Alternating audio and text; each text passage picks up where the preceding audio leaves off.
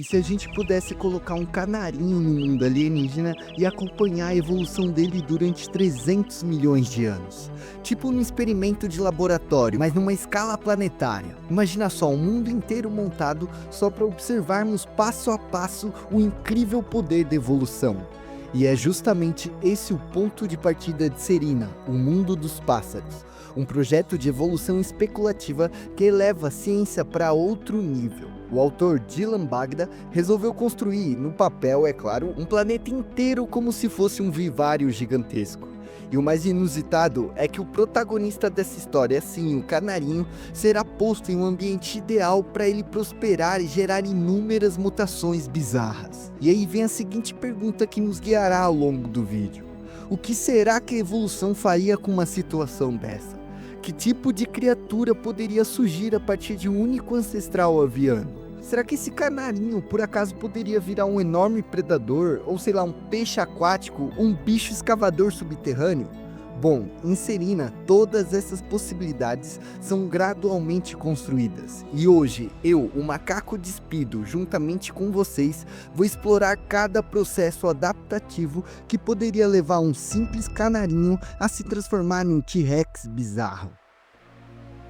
Nosso ponto de partida é Serena, uma lua rochosa que orbita um planeta gasoso gigantesco, localizado num sistema solar bem distante da Terra.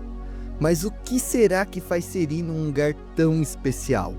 Simples, ela é perfeita para um experimento de evolução em larga escala. Serena tem uma atmosfera muito parecida com a da Terra, cerca de 24% de oxigênio. E o mais incrível é que sua órbita é rotacional e levemente inclinada, o que cria estações bem definidas e ciclos de dia e noite super estáveis. Ou seja, a gente tem aqui as condições ideais para a vida como conhecemos, mas no mundo completamente zerado. Só que antes da gente queimar a largada e sair soltando o nosso protagonista nesse cenário, a gente precisa preparar um ecossistema minimamente funcional. Afinal, nosso canarinho precisa comer e estabelecer uma família, né? E antes que você se pergunte por que a gente está falando sobre um exercício especulativo de sobrevivência, cara, entender como a biologia funciona na Terra faz a gente poder imaginar como seria a vida extraterrestre. Então, bora começar. Vamos pegar umas plantas, gramas, girassóis, sementes, elas são perfeitas para formar uma vegetação rústica resistente o suficiente para aguentar o tranco do clima alienígena e tropical de Serena. Elas são a base de tudo, produzem oxigênio, sustentam o ciclo do carbono e, claro, fonte de alimento para nossos pequenos colonizadores. Só que ainda tá faltando mais coisa. Já ouviu falar no termo solo morto? Então, para um solo realmente funcionar, a gente precisa de alguns carinhas importantes, conhecidos como recicladores. Afinal, se ninguém cuidar da sujeira acumulada, com o tempo o planeta rapidinho iria se transformar num festival de cocô de passarinho e carcaça apodrecendo. E aí que entram os detritívoros, minhocas, colêmbulas, isópodes e ácaros, os operários invisíveis que misturam tudo no solo e liberam nutriente para as plantas crescerem saudáveis. E para lidar com o resto mais encorpado, digamos assim, os necrófagos, formigas, besouros, grilos, fungos e bactérias, esses daí se encarregarão de cuidar da decomposição da matéria mais complexa. E sem eles, nada disso poderia ser possível. Agora, e a água? Eu sei que não é o foco de Serena, mas um ecossistema também precisa de lagos e rios vivos. Afinal, a água é o elemento vital para a vida. Então, para mantermos esse cenário aquático em equilíbrio, a gente espalha um pouco de alga, elóide, pequenos caramujos, vermes marinhos e até pequenos crustáceos. Ah, e claro, para a gente manter o equilíbrio real, vamos adicionar um peixe para controlar a população de algas e invertebrados. Os escolhidos dessa vez são do gênero Scyphophorus, peixes tão generalistas que serão inofensíveis para o nosso canarinho. E agora chegou a hora dele, o nosso astro, o canarinho amarelo. O mesmo passarinho que descende diretamente dos dentilhões que ajudaram Darwin a entender como a evolução funciona nas Ilhas de Galápagos. A diferença é que aqui em Serina ele será o único vertebrado terrestre, sem predador, sem competidor, sem ninguém para incomodar. E é aqui que a brincadeira começa. Com o tempo, mais especificamente nos primeiros 10 mil anos, mais de 7 mil gerações de pássaros já passaram por Serina.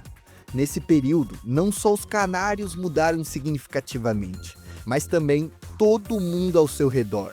Pensa só, é bem fácil da gente imaginar que mesmo um canarinho que só come semente, eventualmente em um estado, sei lá, de fome, ele experimentaria outra coisa, como uma formiguinha ou até outras coisas. Esse simples ato moldaria completamente as leis e pressões evolutivas desse planeta. Ou melhor, Lua, né? Aquele único grupo de canarinhos que soltamos já não estão mais sozinhos. Depois de muito tempo evoluindo, a espécie se dividiu em centenas de formas diferentes, cada um ocupando um nicho específico no mundo de Serina. Aqui nas planícies de Ansisca, por exemplo, a diversidade é tão grande que parece até que a gente está olhando para o Ordoviciano terrestre. Se liga só, por um lado, um bichinho gordinho, cinza e branco, que vive sozinho, continua comendo sementes do tamanho de amêndoas. As sementes vêm de uns girassóis que cresceram com o passar do tempo e também se adaptaram à Serina. Com o fortalecimento de suas cascas, apenas os pássaros com os bicos mais grossos e fortes acessaram esse recurso. Já mais adiante, um passarinho vermelho bem chamativo, que não tá nem aí para sementes, adora andar em grupo e comer lesma. Sim, lesmas molhadas e suculentas, que se grudam nos caules das plantas. Esses pássaros, por sinal, têm um bico mais fino e comprido que seu ancestral, uma ferramenta perfeita para puxar e fincar as lesmas para dentro da boca. E aí, no meio dessa vegetação toda, aparece uma figura extremamente curiosa. Um passarinho bem maior, desajeitado, que lembra até uma codorna gordinha. Ele é várias vezes maior que os outros e anda saltando meio troncho pelas gramíneas. Comendo brotos de girassol, esse animal tem uma característica um pouco mais terrestre, por assim dizer. E por enquanto, nesse começo, Serina ainda não desenvolveu árvores. Então, todas essas espécies de canários precisam fazer seus ninhos no chão. No começo, isso funcionava super bem. O ambiente era tranquilo, não tinha quase nenhum predador. Só precisava tomar um cuidado assim com as formigas, que são um pouco chatas, mas só isso. No entanto, tudo mudou. Depois de se alimentar, uma das fêmeas volta para o ninho e encontra ele completamente destruído. Um canarinho ladrão de ovos tá fazendo uma bagunça bizarra na região. E eu sei que é feio e antiético, né? Mas é extremamente funcional. Esse novo tipo de canário percebeu que os ovos dos outros são uma refeição bem mais nutritiva e cheia de proteína, perfeita para ele botar os próprios ovos. A lógica é bem simples, rapaziada. Quer ser uma boa mãe ou um macho reprodutor de respeito, então coma os ovos alheios. E aos poucos, a era da ingenuidade dos canarinhos foi ficando para trás. Aqueles tempos tranquilos em que todo mundo podia botar ovo no chão e sair tranquilo, simplesmente acabaram. Essa forte pressão seletiva será determinante para os anos de evolução. E olha, abrindo parênteses aqui, tudo vai conforme imaginávamos e até que todo mundo vai aceitar a evolução até essa parte. Mas antes de passarmos para as outras eras, é importante compreendermos o ponto central da biologia darwiniana. O que realmente significa a teoria da evolução. Ainda hoje, em pleno século XXI, muitas pessoas resistem em aceitar a evolução biológica. E em grande parte, isso não ocorre por ignorância ou má fé, mas sim por conta de uma visão equivocada que ao longo da história foi forçada por imagens, metáforas ou símbolos completamente equivocados. Por exemplo, quando afirmamos que o ser humano, descende de um primato ou as aves são na verdade um grupo sobrevivente de dinossauros, não estamos dizendo que o Homo sapiens ou até mesmo as galinhas domésticas representam algum tipo de ápice evolutivo. Muito pelo contrário, a evolução não trabalha com hierarquias ou certo tipo de perfeição. Aqui a gente não tem direção, objetivo ou intenção. E é o mais belo puro caos da vida que nos comanda. E aquele que der certo simplesmente prevalecerá. Enfim, o que eu quero que você entenda aqui em diante é que para nós evolucionistas a vida é profundamente plástica. Quer um exemplo? Se eu te mostrar esse carinha aqui, certamente você não diria que ele originou as baleias modernas. Mas quando rastreamos o seu registro fóssil ou o seu histórico familiar e olhamos o processo de fora, entendemos quão insignificante e temporários nós somos para realmente compreendermos a evolução. Portanto, à medida que avançamos em Serina e analisamos como um simples canário doméstico pode com o tempo dar origem às formas de vidas completamente bizarras, tenha isso em mente, cara, a evolução não cria melhores, ela cria diferentes. O que a gente tá vendo aqui são apenas respostas adaptativas ao ambiente. E o único ponto de encontro entre essas criaturas é a sua necessidade de continuar existindo.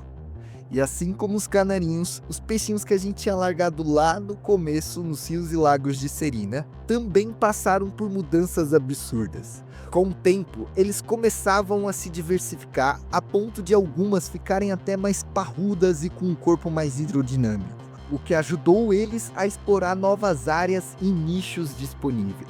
Enquanto isso, em terra firme o caos era outro. As formigas cortadeiras se espalharam tão rápido que em pouco tempo já representavam quase 1/3 da população global. A dominação foi tanta que algumas espécies, como os caramujos africanos, foram completamente caçados e extintos da natureza. Mas olha aqui, nem tudo foi ruim. Com esse exército de formigas tomando conta, vários pássaros que já curtiam uma dieta mais rica em proteína começaram a vê-la como um banquete ambulante. E aí pronto, cara, tudo mudou. Mais um nicho ecológico completamente novo estava disponível. Ao final de 10 milhões de anos, num período conhecido como Hipoesticeno, um verdadeiro ecossistema de diferentes espécies se formou. Bem ao centro, a gente encontra os Volpors, herbívoros gigantescos com mais de 2,5 metros de altura. Eles vivem basicamente de folhas de bambu, o que faz eles terem um jeito meio lento e calmo, quase que preguiçoso. Mas durante a época de acasalamento, o clima fica completamente diferente. Os machos entram em brigas tão brutais que por muitas vezes acabam em morte. Tudo isso para conquistar suas fêmeas. Do lado deles temos os Hexabius, aves que já não voam mais, mas compensam isso com um bico grosso, forte e afiado para rasgar gramíneas e talos fibrosos. Bem abaixo no chão aparecem os Galliwads. Esses são os verdadeiros aproveitadores do mundo de Serina. Onívoros, eles comem de tudo um pouco. Sementes, frutas vermelhas, insetos, brotos, filhotes que caíram do ninho, caracóis, o que pintar ele tá comendo.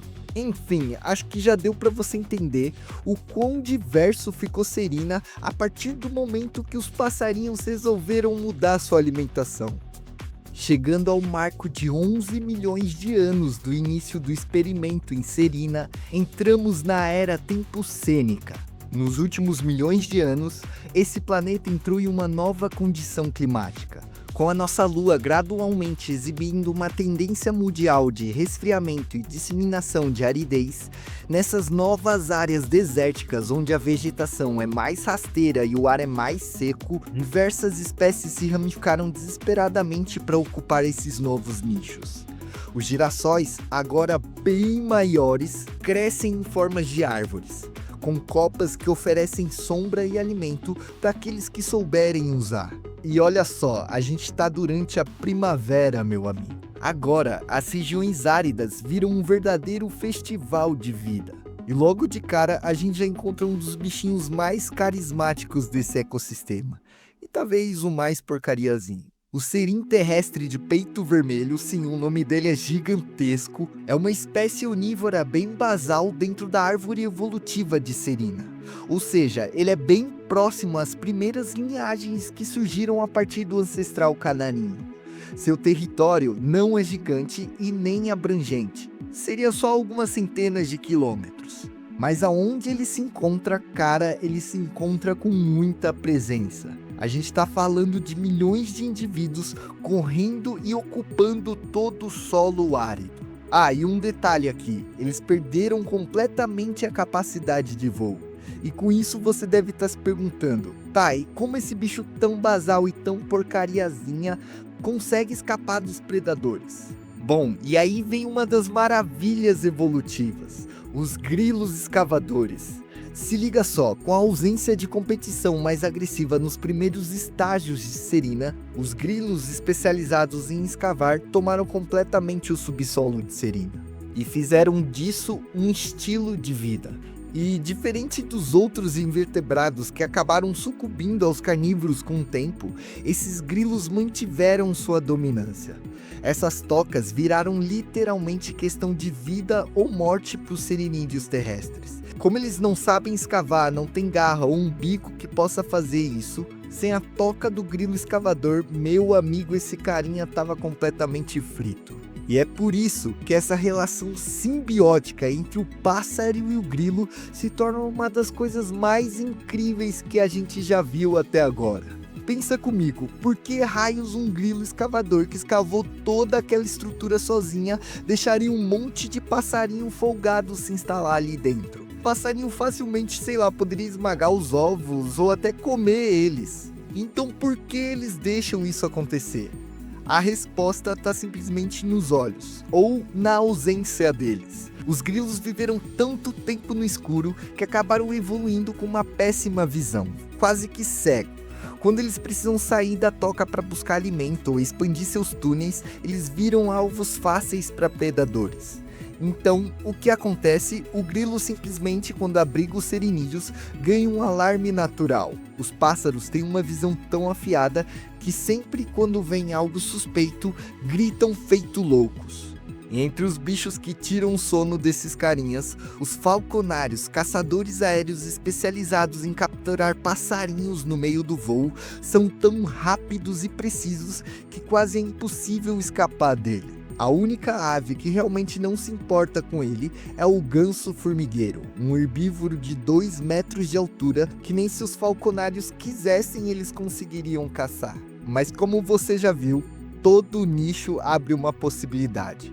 Os antigos Exabios, que eram pacotes comedores de planta, deram origem a uma linhagem muito perigosa, os Skyques. Aves gigantescas e carnívoras com bicos afiados e pernas fortes. Eles não voam, mas correm com uma precisão mortal, virando rapidamente o predador dominante de Serina. E à medida que a gente vai avançando pelo tempo sênio, Serina vai ficando cada vez mais fria e seca. O clima tá mudando e os bichos precisam se virar. E foi justamente nesse cenário desafiador que uma ave fez história. Estamos falando dos vivas, enormes bípedes emplumados que deram um salto evolutivo inacreditável. Eles começaram a gerar seus filhotes direto do seu corpo, sem precisar botar ovos. E isso em um ambiente gélido é completamente vital. Mas quando saímos da terra e olhamos para o mar, meu amigo, as adaptações aqui se tornaram um absurdo. Vamos pegar como exemplo os tubarões-espada. Com seus 2,5 metros de comprimento, eles são seres ágeis e especialistas em atacar cardumes com precisão. Mas se por um lado a gente tem esse gigantesco predador, do outro lado da balança temos Gemos, um verdadeiro gigante pacífico dos mares de Serina. Com impressionantes 9 metros de comprimento, o Gemos é um devorador incansável de algas, chegando a consumir cerca de 180 quilos de material vegetal por dia. Mas agora, nenhuma criatura gigantesca chega aos pés dos Mudwickets. À primeira vista, eles parecem até um sapinho estranho, mas na real eles são peixes adaptados aos manguezais e estão dando os primeiros passos rumo à vida terrestre. Eu sei que agora eles não aparentam ter um perigo considerável, né? Mas eu te prometo que ao longo dos anos, esse carinha aqui vai bater de frente com os canarídeos. Emergindo para a terra firme, longe do continente, uma ilha isolada chamada Kiran abriga algumas das formas mais bizarras e surpreendentes de canários. Entre elas estão os shorebirds, parentes distantes dos Vopors, e sem dúvida uma das criaturas terrestres mais estranhas e gigantescas do planeta. Nessas ilhas, onde há comida de sobra e nenhum predador à vista, os herbívoros evoluíram sem limite nenhum. Os shorebirds, por exemplo, chegam facilmente aos 3 metros de altura e afugenta qualquer invertebrado que tente enfrentar. Mas nem sempre é assim. Quando eles nascem, eles são pequenos e frágeis, o que acaba virando uma oportunidade perfeita para os necrófagos. Os caranguejos eremitas, por exemplo, se aproveitam do momento em que os adultos saem para se alimentar para atacar os filhotes e sugar os seus sangues. Assim que os pais voltam, os caranguejos se escondem rapidamente entre as pedras. Esse ciclo se repete por semanas até que o filhote cresça o bastante para botar os artrópodes para correr. Mas os shorebirds não são os únicos moradores dessas ilhas. Resultado da transformação de pequenas aves semelhantes aos kiwis, surgiram os snuffles, herbívoros tão pesados que mal conseguem sustentar o próprio corpo. Esses gigantes dominaram Kiran por muito tempo, praticamente sem rivais, até que então um novo competidor chegou no ambiente. E eu não tô falando de qualquer um. Os açougueiros, talvez a criatura mais inteligente que já pisou nessa lua, são aves incrivelmente sociais, ótimas corredoras e ainda por cima sabem voar. Mesmo sendo muito menores que os snúfalos, os açougueiros caçam em bando, o que lhes dá uma vantagem brutal. Juntos, eles conseguem facilmente derrubar um adulto e dominar completamente a ilha de Kiran. No próximo episódio, as surpresas de Serena ficam ainda maiores. Prepare-se para entrar na Era do Gelo, quando os antigos canarinhos, pequenos e frágeis, se transformam em titãs emplumados para sobreviver ao frio implacável dessa lua distante. Mas tanto o céu quanto a terra não pertencem só a eles. Peixes com pernas começam a dar os primeiros passos para fora da água, pássaros-baleias dominam o oceano e um certo grupo de aves, meio que eles resolvem voltar no tempo e virar dinossauros. E cara, antes de você sair do vídeo, se você ficou até aqui, muito obrigado mesmo por dividir o seu tempo comigo. E pedindo um favorzinho, deixa aquele like, se inscreve, compartilha o vídeo aí e fortalece o canal, que isso deu um trabalho assim do cacete. No mais é isso, até o próximo vídeo e tchau!